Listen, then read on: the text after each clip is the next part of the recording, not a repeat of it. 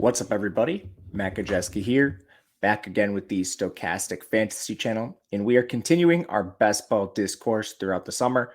Today, we are going to be talking about late round quarterbacks, sleeper quarterbacks, upside quarterbacks. I'll let the producers decide. But before we get started, let's hit that thumbs up button, subscribe to the channel, and hit the notification bell so you know when this and all other content goes live. And we are brought to you by Underdog Fantasy. They have tons of offerings this summer, in addition to the normal pick'em contests they have where you can win up to 20x your entry fee. They have daily contests that function like large field GPPs with daily drafts. They already have Best Ball underway. And of course, they have Best Ball Mania 4, where you can win millions of dollars up top, in addition to a slew of other tournaments. So make sure to check them out. Before you do, make sure you click the link in the video description below or use the promo code Stochastic to get a $100 match deposit bonus. That is going to get you 4 entries automatically into Best Ball Mania 4 if you choose.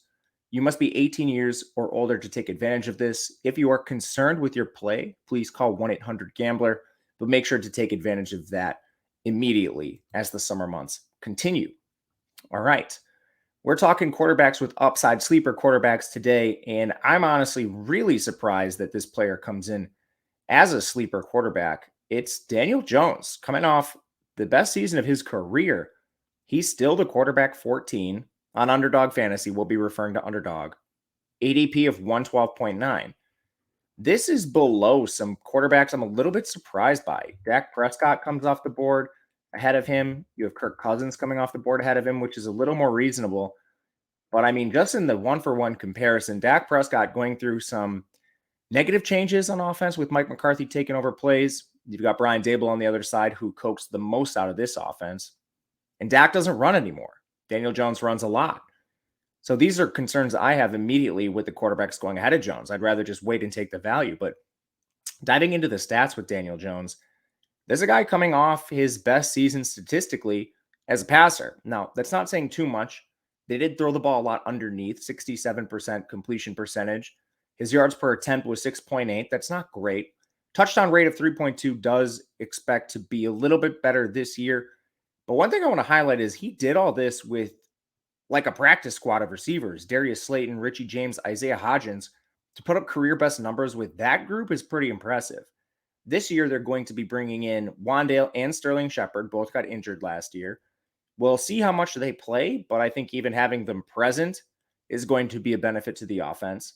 They spent a second-round pick on Jalen Hyatt out of Tennessee, an absolute burner down the field. They added Darren Waller in free agency, significantly upgrading that tight end room. They had Paris Campbell as well, and then Saquon Barkley, elite pass-catching running back, 4th leading receiver on the team. He returns. And this is all before even considering the rushing upside of Daniel Jones. I think the only player with upside north of what Daniel Jones is going to put up on the ground in this range is Anthony Richardson. And Jones still rushed 120 times last year for 708 yards and 7 scores. 5.9 yards per attempt. That's actually only a little bit above his career average, which is 5.8. So no real regression there. He did rush 7.5 times per game. Maybe that comes down a little bit. But if you remember, Brian Dable, he previously coached Josh Allen in Buffalo, unlocked a lot of his athleticism. I don't think this really changes that much. So with everything intact here, upgrade of skill position players and solid rushing upside, I just can't make a case for Dak Prescott over Daniel Jones right now. Same thing with Kirk Cousins. From a team perspective, this team should be average, maybe a playoff team. But I think where we can see improvements is in that plays per game and pass rate. The playoff schedule for the Giants is decent. They've got New Orleans, Philadelphia, and then they get the Rams at home. So this could be a little better. But honestly, they're cheap enough where I'm not really that concerned with the playoff schedule and the stacking outcomes there. We're completely fine with Jones and the stacks he provides at this ADP. Before we move on, I want to talk to you guys about our best ball package. We have a lot of offerings this summer, and first and foremost, our best ball package, $39.95. Get you all our rankings, all our analysis. We're going to be doing videos on our rankings and analysis all throughout the summer, but these are constantly updating. They're going to be changing, updating every single week, and you get access to it all for just $39.95. The link should be in the video description below, so make sure you take advantage of that. Second late round quarterback we're going to talk about is Green Bay Packers signal caller Jordan Love, ADP of 153 on Underdog Fantasy. He's quarterback 20, which leaves a lot of room for upside. You look at the signal callers he's going around, he's coming off the board just after Russell Wilson, just after Derek Carr. I think there's plenty of concerns with the Love profile, which we'll get to, but in tournaments like Best Ball Mania, where you have millions of dollars up top, I really like shooting for the upside of Love over the mediocrity of those quarterbacks we just mentioned. Right now on the screen, the statistics you're looking at, those are career statistics for Love just because he hasn't played a ton. He's thrown 83 passes in his career, completed 60% of those for 7.3 yards per attempt, 3 scores, 3 interceptions. Minuscule sample, but that's at least workable. And I think there's going to be pretty decent job security here. The Packers just spent a late round pick on Sean Clifford as the backup, career underachiever at Penn State. Love is mobile, which is why I think he has more upside than most of the other signal callers here. He only has 26 yards to his name as a rusher on 13 carries. But again, this is a tiny sample. We can go back to his college days and find some pretty decent rushing numbers. And college does use sacks as part of their rushing output. NFL doesn't. So if we remove the sacks, Love actually rushed for 590 yards on 109 attempts in his 3-year career with Utah State. That was almost 4 yards per carry. And then he ran the 40-yard dash in 4.65 seconds. He's athletic and he can run. And this will be a situation where I think the Packers need to use his legs. From there, Green Bay has actually probably improved in their skill position players. They returned both backs, Aaron Jones and A.J. Dillon. They also returned second-year players, Christian Watson, Romeo Dubes, both flashed as rookies last year. But then they select Jaden Reed out of Michigan State, second-round pick at wide receiver. They double-tap tight end with Luke Musgrave and Tucker Kraft. They're finally investing in pass catchers. Now, these guys are going to be young. It remains to be seen how much they contribute, but at least the investment is positive here for the Packers. As for playoffs, it's pretty decent. You've got Tampa Bay at home. You travel to Carolina, who's not going to be great, could be a sneaky shootout. Then you get Minnesota in Week 17. That certainly screams shootout. And that's a game that I think is really interesting to correlate if you have early round picks like Justin Jefferson, or you end up with Jordan Addison, TJ Hawkins, or even Madison. Really good stacking situation for the Packers here. And the better part of this is the Packers are all cheap. Jordan Love, QB 20, his receivers all cheap with the exception of Christian Watson. This is a fun team to target in best ball this summer. Last one we'll get to here, Bryce Young of the Carolina Panthers, number 1 overall pick Bryce Young. ADP of 177.8, comes off the board as QB 24, extremely late round pick.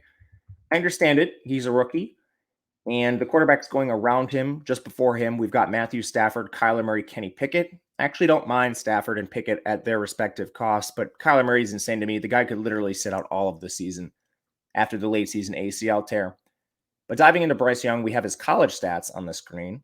At Alabama, number 1 overall pick, Heisman winner in 2021. He completed 64.5% of his passes for 8.8 yards per attempt, 32 touchdowns, 5 interceptions. More impressively, he has some of the best under pressure numbers, according to Pro Football Focus, we've ever seen, honestly, showing elite poise in the pocket, which is going to be necessary in the NFL. As a rusher last year, he posted 185 yards on 49 carries. That's 3.8 yards per attempt. But again, let's remove those sacks. Rushing numbers jumped to 311 yards. So while Young, I think, is best as a pocket passer, he does have mobility, and I think his deployment in this game remains to be seen. If we could get some movement with his legs, that would be a huge positive for his fantasy upside, and that would certainly put him ahead of Stafford and Pickett and the likes of those players for me. From there, we have skill position player upgrades really across the board.